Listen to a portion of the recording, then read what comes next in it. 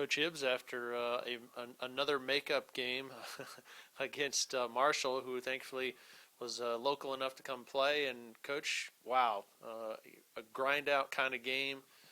Nobody played outstanding on either side, but you pushed through and got the win. 1,000 wins in school history, but more importantly, 4-1 this season.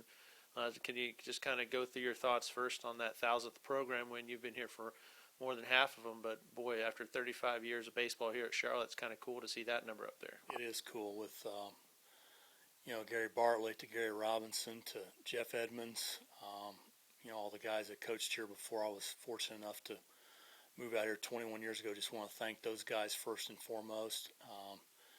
And all the former players, all former assistant coaches. We're all in this thing together, whether, guys played here back in the 70s, our guys played here, this year, the current members of our team.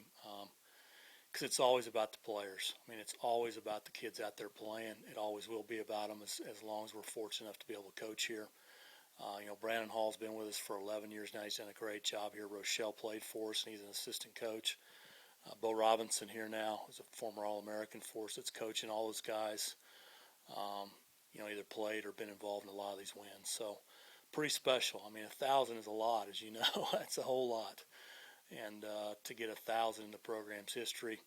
And to kind of go from basically being an intramural field many years ago where the guys had to pretty much build, the playing surface that we're fortunate enough to play at right now. And, some of the dugouts and the trees and all the things that the facility's gone through in the last, 7, 8, 9, 10 years to get to a really nice point.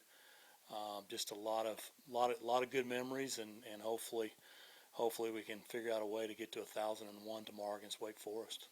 A very cold day. We took this interview inside because we had to warm our faces up to talk, and not a pleasant experience for the players to have to play through. Both sides had to deal with it. A few runs early for both teams, but then you guys really started to blow things open after a couple errors by Marshall. Can you take us through the game? It's been so out of whack, so to speak, for us this year with the rain and snow and play. We played that makeup game on Thursday, which is strange. Monday's strange. We got a lot of kids that have class. We had a lot of guys that had tests today, or they're pushing them back to Wednesday or whatever. It's been crazy. So, again, just proud of the way we just kind of keep hanging in there and playing. I don't think we've really played well yet this year. We've been winning games, but I don't know that we've really played well. We need to get some guys back healthy. We need to continue to build our pitch counts on the pitching staff side. We've moved some guys around defensively, and I don't know if we've yet really found the combination defensively that we want. We're going to keep working through it. But our guys keep playing, and that's the main thing. We just keep finding a way to get it successful or make it successful every single day and try to stay one run ahead of the people we're playing. You've had several key players in key situations with a key hit, a grind out, a move a guy around, and then you get on the other side where a pitcher's got to make a play and he gets a ground ball and you guys get out of an inning. So maybe even though it feels like you're grinding a little bit, guys are coming through when you really have to have them. That's exactly right, and I just don't want all these games for the whole year to be like this. I'm going to get real old real quick, but it's again we just keep playing, and we try to emphasize that from the first day of fall practice. Just keep playing, and eventually something good's going to happen. Can you address the rhythms of the game a little bit and how kind of stopping and starting and missing a weekend series here and then throwing in a Monday and a Wednesday and a Thursday game, how that messes with the player when you try to, baseball's a game of kind of rhythm and consistency, and guys just want to go out and play every day. When you stop and start like that, what does that do?